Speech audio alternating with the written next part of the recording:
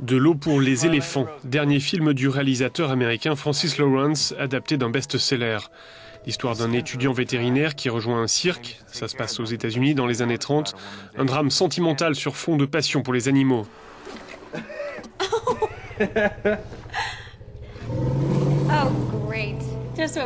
Tous les acteurs ont dû composer avec lions, girafes, chevaux et évidemment éléphants, dont la vedette, une éléphante appelée Tai. Elle est vraiment intelligente, réfléchie et prudente. Avec sa trompe, elle peut attraper aussi bien un gros journal qu'une toute petite plume. Elle est incroyablement sensible. C'était vraiment super, j'ai dû être avec elle pendant 3 mois pour qu'on se familiarise et qu'on répète nos mouvements ensemble. Ça a été magique d'être ainsi proche d'un animal. So we got married. And you know, the star attraction.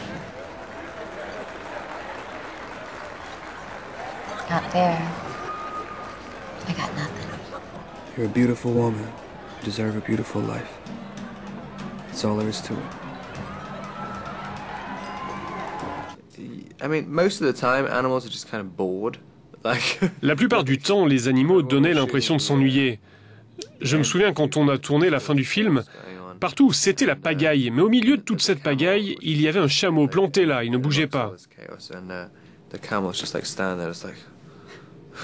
Il faisait toujours très chaud, on était sous le chapiteau, c'était vraiment pas facile. Les dresseurs essayaient de faire quelque chose au lion alors que lui ne faisait que dormir.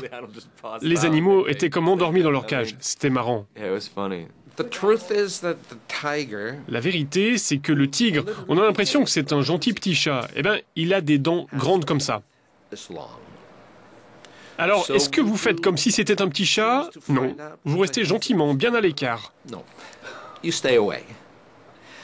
Le lion, il n'est pas édenté. En réalité, il a des dents comme ça. L'éléphante, elle pèse près de 4 tonnes. Si vous vous trouvez sur son chemin, il vaut mieux déguerpir vite fait.